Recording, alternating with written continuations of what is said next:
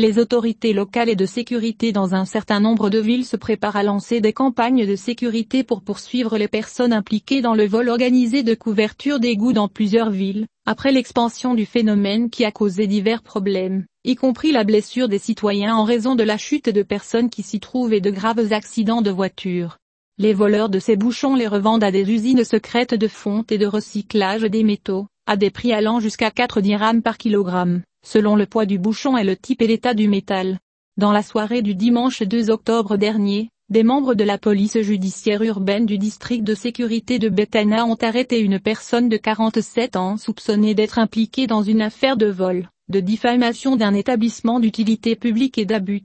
Le suspect avait volé le couvercle en fer du puisard des eaux usées du quartier de Taberket à Salé, faisant tomber un enfant mineur à l'intérieur et le blessant physiquement, ce qui a été documenté par des bandes vidéo publiées sur des pages de médias sociaux, avant que les recherches techniques et les enquêtes de terrain ne soient menées. Dans cette affaire a abouti à déterminer l'identité de l'intéressé et l'arrêter alors qu'il se trouve dans un état d'ébriété avancé. La ville de Casablanca a décidé il y a quelques jours d'interdire définitivement aux charrettes tirées par des animaux de circuler dans les rues de la ville, en raison des dangers pour la circulation, les déjections animales et la distorsion de la vue générale. Il semble que le ministère de l'Intérieur aille dans le même sens, puisqu'il prépare un décret pour interdire la circulation des ânes, mules et charrettes à chevaux dans les villes. D'autre part, un certain nombre de militants ont appelé, via les réseaux sociaux, à trouver une alternative qui préserve la dignité de milliers de Marocains qui travaillent dans le métier de transport à l'aide de charrettes, qui sont leur seul moyen de subsistance.